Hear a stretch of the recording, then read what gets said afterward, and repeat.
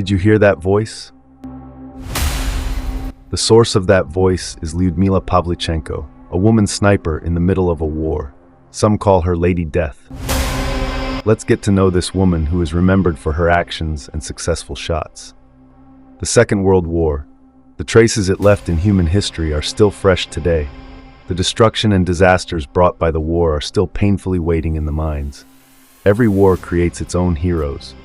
The supreme sacrifice and strong stance shown by the soldiers is remembered even years later. In today's video, we will tell you about the legendary Soviet female sniper. This legend is Lyudmila Pavlichenko, also known as Lady Death. Many difficult stages and an amazing sniper career. Lyudmila made history by joining the army. Lyudmila entered the army after a tough selection process. But for you to join the Militaria battalion, you just need to click the subscribe button. Subscribe and join the legends of war. Female sniper Lyudmila was born on July 12, 1916 in Bilat Tserkva, Ukraine. While studying history at the University of Kiev, she took her interest in marksmanship to the next level by joining one of the shooting clubs of the time and honed her skills. Having successfully completed marksmanship training here, Pavlichenko made a quick decision to volunteer for the army when she learned that Germany was attacking the Soviet Union in 1941. Her real story began after that. In an article she wrote before joining the war, she wrote about herself as follows: "I am writing this at the request of the Soviet Anti-Fascist Youth Committee. I was born 26 years ago in a town called Bilat Tserkva, not far from Kiev. I am an ordinary-looking girl of medium height with dark brown hair, which I grew long before the war, though it is short now, and a small scar just above my nose from a piece of shrapnel."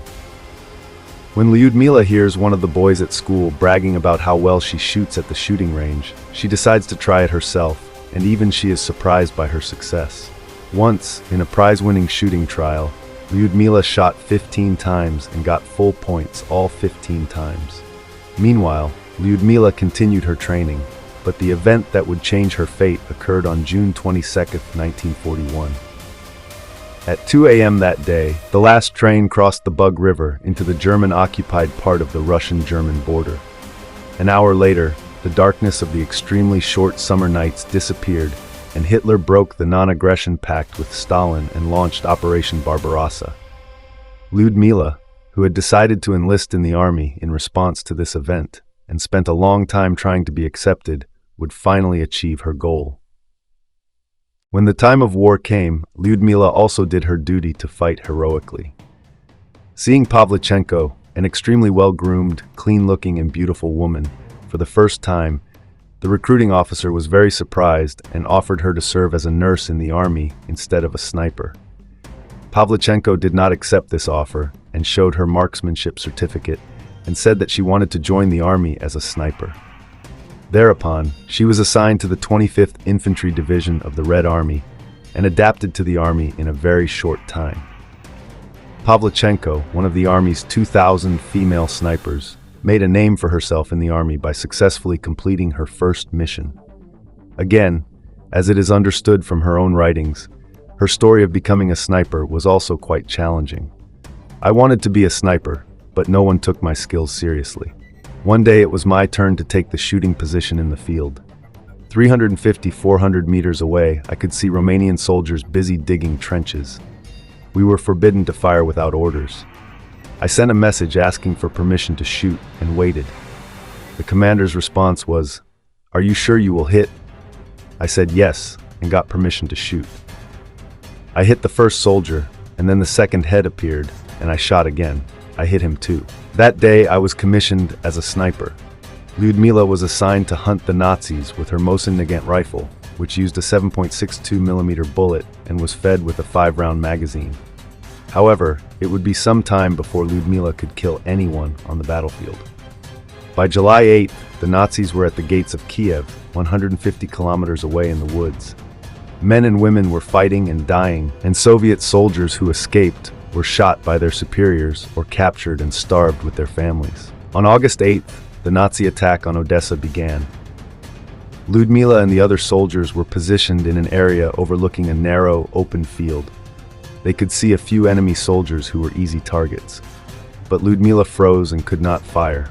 At that moment, she heard a voice from her side.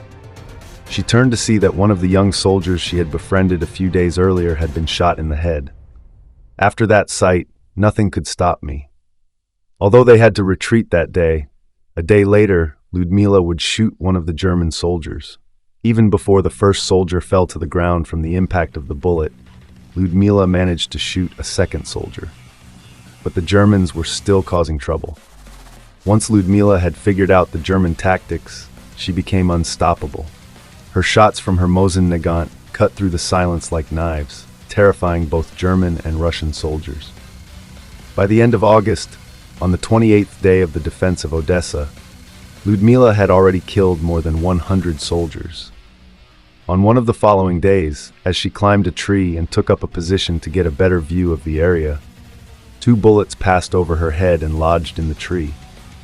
Realizing that he had no other choice, he would drop from that height, fall between 2 cemeteries, and feel excruciating pain in his spine. Lying motionless on the ground and pretending to be dead, Lyudmila would crawl back to the ground when the sun went down. One day, when the rain limited visibility, she managed to shoot one of the German soldiers from a great distance. The Germans knew very well that only Lyudmila could make such a shot. Someone would get up from the place where the dead soldier was and make an announcement. "Lyudmila, leave your Bolshevik friends and come and join us." And as soon as the soldier finished his sentence, Lyudmila would pull the trigger and add to her victims. Successfully fulfilling successive missions, Pavlichenko became the most famous female sniper in the army and was nicknamed Lady Death. It is recorded that Pavlichenko, who stayed in the vicinity of Odessa for about 2.5 months, killed 187 German soldiers during the war. As a result of the Germans seizing control of Odessa, she was sent with her unit to Sevastopol on the Crimean Peninsula, where she supported the war for 8 months. In May 1942, Pavlichenko was commended by the Southern Army Council for killing 257 German soldiers. Pavlichenko is recorded to have killed a total of 309 German soldiers during World War II, including 36 snipers. Pavlichenko, who was wounded by mortar fire in June 1942 and had to withdraw from the war due to his growing wound, continued his education after the war, completed his school, and continued his career as a historian. For 8 years, he served as a chief research officer in the Soviet Navy. After his service there, he later worked for the Soviet Committee of War Veterans. On October 10, 1974, Pavlichenko passed away and was buried in WWII Cemetery. The legend he left behind is still alive today and is even the subject of movies. What do you think? What impresses you the most about Lyudmila's story? What do you think about the success of women in marksmanship? Please share your opinions in the comments.